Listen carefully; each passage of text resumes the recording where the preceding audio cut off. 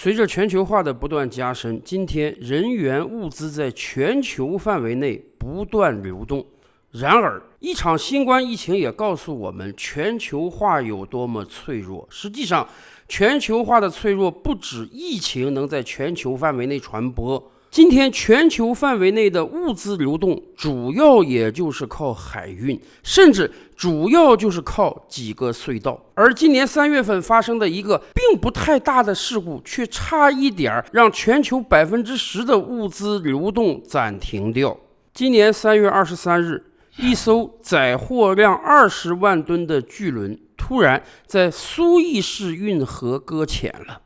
这一搁浅可不要紧，正好把苏伊士运河并不宽的河道彻底的挡住了。通过新闻画面，我们看到这艘满载了 1.8 万个集装箱的巨型货轮，正好把苏伊士运河的河道堵个严严实实。不单它自己分毫不能动弹，也导致所有在苏伊士运河航道外排队的船只能焦急地等待，到底什么时候才能通过这段河道。苏伊士运河有多重要，这里咱们就不细说了。以前的节目我们就跟大家聊过，对于英国这样一个曾经的世界第一大国而言，什么标志着它彻底沦为了二流国家呢？就是始于英国对苏伊士运河失去了控制权。而今天，全世界超过10%的物资要走苏伊士运河这个河道，每天平均有超过50艘远洋巨轮要穿越苏伊士运河。然而，就因为这样一条船的搁浅，导致整个苏伊士运河被堵住了。3月24日，救援团队马上测试了搁浅货轮船底的土质，发现船头和船尾分别压在了运河两岸的石头上，也就是说救援难度极大。迫于无奈，3月25日，苏伊士运河管理局正式宣布运河暂停航行。是的，一艘船彻底把这个运河堵住了。埃及方面为搁浅的货轮制定了多套救援预案，多艘拖船在搁浅货轮的多个方向实施救援，同时使用挖掘机挖掘船首、船尾底部的泥沙和岩石，尝试利用水的浮力使船脱困。甚至到了3月28日埃及总统塞西发布命令，要求做好卸货的预案，以防货轮脱困失败。还好上天眷顾，到了3月29日凌晨，运河迎来了大涨潮，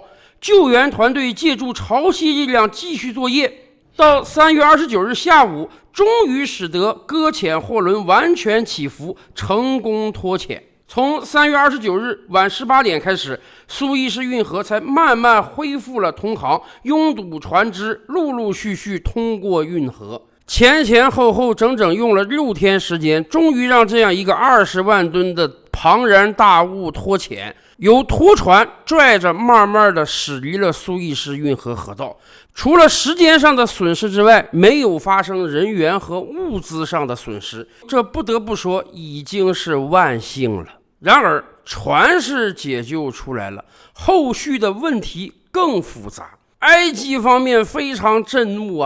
我这个国家的主要经济支柱之一就指着苏伊士运河，天天收人家过路费平均一艘货轮过一次，我要收50万美元以上，每天有几十艘的船要从我这儿过呀。可是你这条长次号在我这一搁浅，足浪费了我6天时间。运河外有超过500艘船在排队，我少收多少钱而且为了把你赶快解救出来，埃及从上到下一刻没停高峰时期10几艘挖掘机不断的在挖岩石和泥土。更关键的是，人家埃及方面说了，你这个船一搁浅，你给我声誉造成多大损失会不会以后有很多船干脆不打我这儿过了？因此船刚一搁浅，埃及方面就把这个船当作船质给扣了起来。一艘20万吨的巨轮本身船就值上亿美元，咱先甭管是新船还是旧船更关键的是，这个船上是满载了将近2万吨的货物根据各方的推测，因为装的货物各种情况都有大概相关人士估算出这个船上的货物价值就超过30亿美元。所以埃及方面觉得我必须得把这个船和货物扣下来，以便将来能够找船东索赔。船东是谁呢？这艘船的船东公司是日本正荣汽船，他委托给台湾一家公司进行运营，船注册在巴拿马。但是当然，既然船是日本公司的，苏伊士运河管理局就要向这个日本公司索赔了。一开始苏伊士运河管理局狮子大开口，张嘴就要9亿美元。为什么要这么多钱呢？人家讲了，首先第一你这个船一搁浅，我要救援你我得有救援费用，而且你给我造成了6天无法通行，我本来应当收的通行费收不到了，你要赔偿我。更关键的是，由于你这个船搁浅给我造成了精神损害，所以精神损害金我就要3亿美元，名誉赔偿金你再赔我3亿美元，林林总总杂七杂八加起来，总共索要超过9亿美元。按道理讲咱们感觉你这个货轮搁浅确实给人家苏伊士运河造成了很大困扰，差一点把全球海运都给拖累了。如果你这个搁浅时间长了，那真的全球10%的海运停滞似乎这个钱真得由这个日本船东公司赔。而且由于你的船和货物还扣在人家手里，所以埃及方面一点都不担心将来要不到钱。但是埃及方面恐怕低估了日本方面的实力，一听说要索赔9亿美元，日本方面当然不同意凭什么？我这艘船才值个1亿多美金，我拉着一次货才能赚多少钱呀？我船上面的上万个集装箱的货那都不是我的呀。于是日本方面跟埃及开打了法律官司。日本方面人家聘请了天价的律师团，对这个法律研究的还真是细致日本律师就提出来多年以来埃及方面都把这个苏伊士运河当宝贝，所以呢，任何船只通过苏伊士运河的时候，除了要交一笔庞大的过路费之外人家埃及方面还说了，由于你们不清楚我们这个水道的环境，所以呢，船只到了苏伊士运河口，我们要派上去几个领航员。你通过苏伊士运河这一段呢，是由我的领航员的带领通过的，这很正常毕竟埃及方面要保证自己这个运河的畅通，所以苏伊士运河管理局方面有这样的要求。这个问题就来了，这一次为什么长次号会搁浅在苏伊士运河？经过事后多方调查，大家总结无外乎2方面原因，一个是天气原因，一个是人为操作。当天确实风大浪急，长次号这个20万吨的巨轮没有抵得住狂风，在狂风的作用之下，操作人员丧失了对船只的控制，最终让整个船横了过来，船首船尾落在了运河两岸的岩石之上，最终导致搁浅。也就是说，天气是一个主要因素。如果就是天气原因的话，那么天灾人祸，说实话，你这个苏伊士运河管理局你怪不到人家船东身上。船东也不知道这个地方当时天气这么恶劣船东也不想因为恶劣天气导致自己的搁浅那么既然是天灾人祸，你就没法让人家赔钱。所以埃及方面在调查之后得出结论说这个天气因素只是其中之一，更重要的原因是人为操作。船的驾驶人员在遭遇到恶劣天气的时候，没有很好的调整操作方案，导致船最终搁浅。也就是说，天气是很恶劣，但是你这个驾驶水平太糙。你要是驾驶水平高点的话呢，就不至于出现今天这样的情况。可问题来了，日本方面叫屈人家说，我们通过你苏伊士运河的时候，你派上来了俩领航员，你领航员要求我船长怎么操作，我就怎么操作，这是必须的，这是你要求我的呀，因为此路是你开，我给你交了买路费之后，我必须遵从你的指导来通过这个运河呀。当时你的领航员要求我的船长如此这般的操作，我听从了你，那怎么出事了还怪起我来呢？可问题是，这官司是在人家埃及法院打的。埃及法院人家得出一个结论说领航员只是告诉你怎么操作，船长你拥有最后的决定权。换言之，领航员如果说错话了，你船长遵从了，对不起，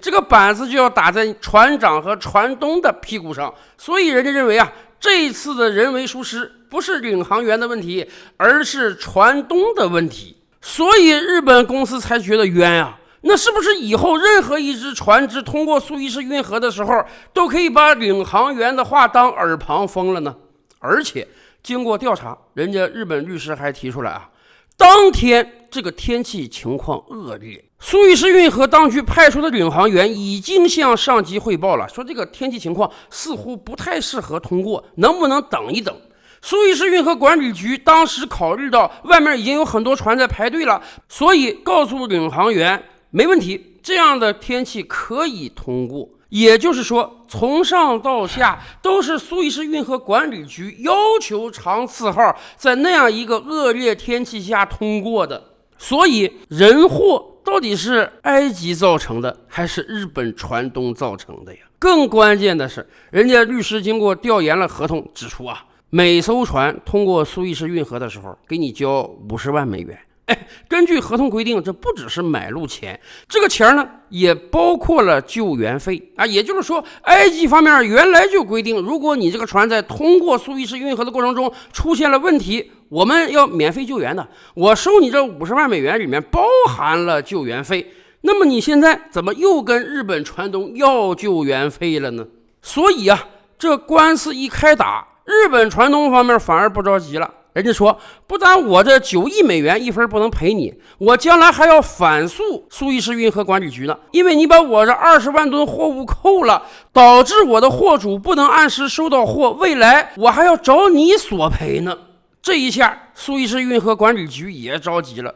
几次三番跟这个日本船东沟通。首先啊，把这个赔偿金额降下来了，原来不是要9亿美元吗？现在说不行，我们先要个5亿美元，可不可以？甚至人家都把条件放宽到，你可以先交2亿美元现金，我就让你这个船和货物都离开，剩下那3亿多美元呢，慢慢再跟你要。可是人家日本船东不干啊，人家觉得这次出事跟我没关系啊。天气不是我造成的，领航员是你派的，我的船长遵从你的指导造成了搁浅，那怎么这个责任后来都由我来承担了？虽然说官司是在埃及打，未来要由埃及的法院做出判决，但是日本船东也觉得呀，这个理还是有地方讲的。而且说实话，如果这次埃及法院就判日本船东赔9亿美元，那么未来其他要通过苏伊士运河的轮船，你可真得加点小心了。遇到恶劣天气别轻易进去啊，